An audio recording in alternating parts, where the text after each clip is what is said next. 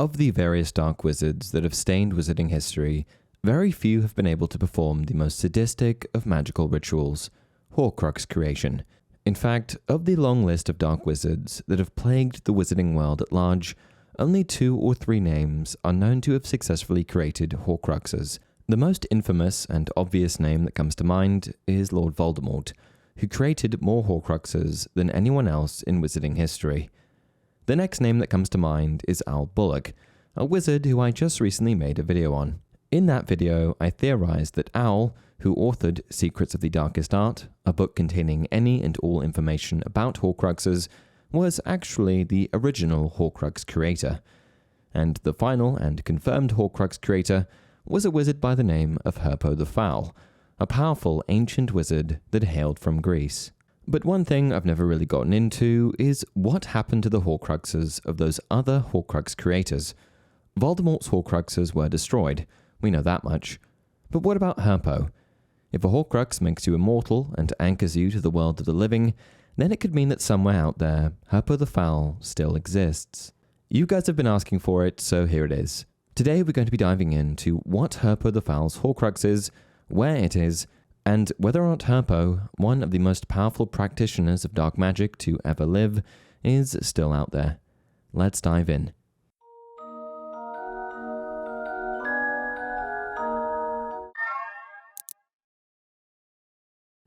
Hey everyone, welcome to another installment of Harry Potter Theory. Herpo the Foul was an ancient dark wizard that hailed from Greece. We don't have an exact date as to when Herpo walked the earth, but we do know that it was a long time ago, as he is commonly referred to as one of the earliest known dark wizards. It was a time when magic was not new, but being pushed more than ever in terms of its limits, particularly on the darker side of the spectrum. This is largely in part due to the ongoing wizarding-muggle conflict, where witches and wizards were being demonized and hunted by the muggle population. Many witches and wizards were forced to hide, to retreat, taking the moral high ground by not retaliating and potentially making the situation more dire. However, some witches and wizards like Herpo the Foul, used this era to practice the worst kinds of dark arts imaginable, all in the name of retribution. Where a morally good magical practitioner in this time may have practiced something like a concealment charm in hopes of better hiding the wizarding population, his evil counterpart would likely spend his efforts trying to produce a spell that could eradicate muggles. Herpo devoted his life to producing and creating some of the worst kinds of magic imaginable, similar to the story of Acrisdus, the possible father of Dementors, who solitarily dabbled in black magic on the remote island of Azkaban in the 16th century. Herpo's affinity for snakes led to his creation of the very first Basilisk, a beast that has since become a symbol of terror in wizarding folklore. But Basilisk creation is not where Herpo stopped, as for years he continually pushed the boundaries of magic. And eventually Herpo was successful in producing one of the darkest forms of magic imaginable, a Horcrux. But here's the thing, knowledge of Horcruxes in the wizarding world is pretty minimal, including how to destroy them. Which means that if Herpo did create a Horcrux, it's very likely that he's still alive out there, somewhere, lurking in the shadows. With that said, I've got a few theories for what Herpo's Horcrux could be. But before we continue, I just want to mention that only 28.5% of you are subscribed, so if you enjoy the content, please subscribe to help support the channel and future videos. Theory number 1. The Basilisk. The first recorded Basilisk was bred by Herpo the Foul, a Greek dark wizard and Parselmouth, who discovered after much experimentation that a chicken egg hatched beneath a toad would produce a gigantic serpent possessed of extraordinarily dangerous powers. One of Herpo the Foul's crowning achievements in his long career of producing dark magic was his creation of the fabled Basilisk, a powerful serpentine creature that would strike fear into the hearts of even the bravest witches and wizards. Because of this, the Basilisk held a special place in Herpo's heart, which is why I suspect he may have wanted to connect his own life to his most powerful creation. And the Basilisk may have even been a good choice for a Horcrux. While not particularly under the radar, the Basilisk was powerful enough to keep people away, effectively safeguarding the piece of Herpo's soul within it. It also would have been incredibly difficult to destroy. But here's where it gets really interesting. While it's entirely possible that Herpo's Horcrux was simply a Basilisk that we've never encountered or heard of, I suspect that his Horcrux is a lot closer to us than we could have ever imagined. I think that Herpo's Basilisk and Horcrux is the very same Basilisk that existed within the Chamber of Secrets. Hear me out. The Basilisk within the Chamber of Secrets is widely credited as having been created by Hogwarts founder Salazar Slytherin. However, there are a few connections between the two dark wizards that could suggest this is the very same Basilisk. The first clue is that Herpo the Foul is widely credited as the original Parselmouth, one who possesses the ability to speak to snakes. Speaking Parseltongue is a hereditary trait, meaning that the ability is passed down through generations within a family. And since Herpo the Foul is recognized as the original Parselmouth, I think that it's possible that Herpo was Salazar Slytherin's ancestor. And if Herpo was the ancestor of Salazar, it would also make him the ancestor of Voldemort. Therefore, I suspect that the Slytherin family's deep-rooted obsession with snakes and snake iconography can be traced back to Herpo the Foul. The symbolic connection between snakes and dark magic established by Herpo could have laid the foundation for the Slytherin family's fascination with serpents, leading to the adoption of snake imagery in their names, emblems, and magical practices.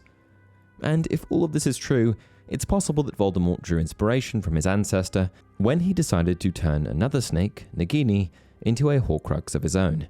The legend surrounding the Basilisk in the Chamber of Secrets is that it can only be commanded by the true heir of Salazar Slytherin, a Parselmouth who possessed the ability to speak to snakes like their ancestor.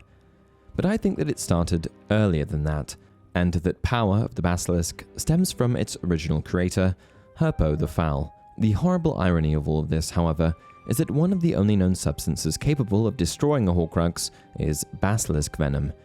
In a cruel twist of fate, the very creature that served as a vessel for dark magic and immortality could also be its undoing. Basilisk venom, known for its exceptionally potent and destructive properties, is one of the few substances that can effectively annihilate a Horcrux, severing the anchoring piece of a wizard's soul and rendering them mortal once again. And this adds another layer of complexity to the intertwined histories of the Slytherin family, Herpo the Foul, and the Basilisk itself.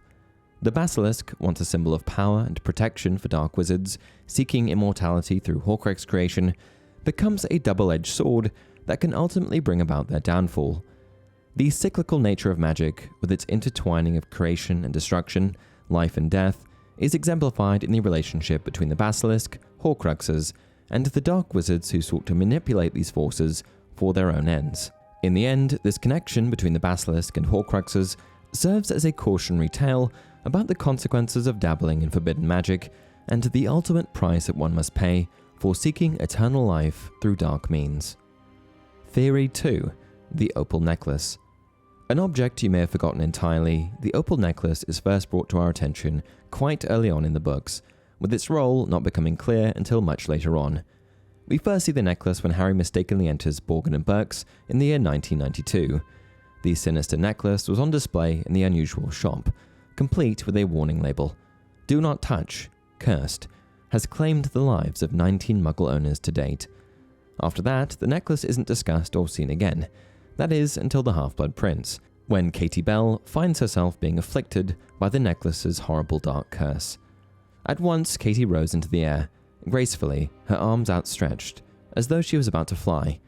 Yet there was something wrong, something eerie. Her hair whipped her by the fierce wind, but her eyes were closed and her face was quite empty of expression.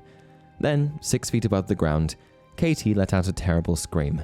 Her eyes flew open, but whatever she could see, or whatever she was feeling, was clearly causing her terrible anguish.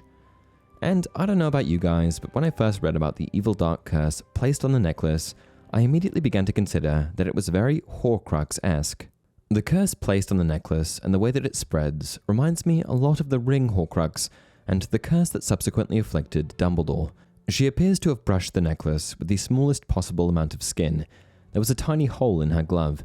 Had she put it on, had she even held it in her ungloved hand, she would have died, perhaps instantly. The opal necklace is clearly an old, ancient, dark magical artifact, and given its questionable history, and the fact that you can't directly handle it, I'm sure someone has tried to destroy it at one point or another.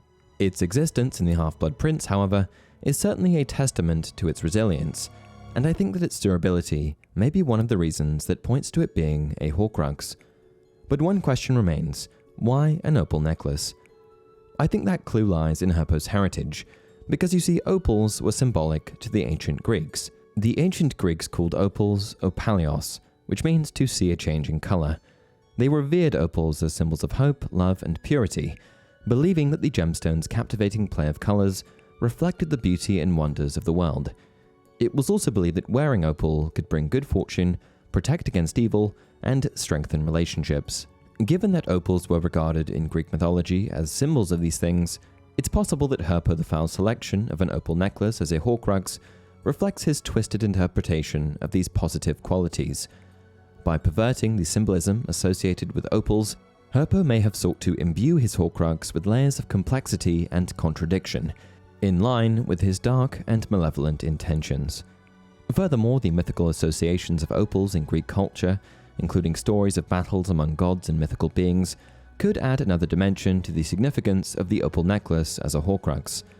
Just as the opal's play of colors reflected the beauty and wonders of the world to the ancient Greeks, Herpo the Foul's choice of opal could symbolize his desire for power, immortality, and control over life and death. And that's it for this video. What do you think? Do either of these options seem plausible as Herpo the Foul's Horcrux? Do you think that he's still out there? Let me know down in the comment section below. Until next time, remember, it does not do to dwell on dreams and forget to live.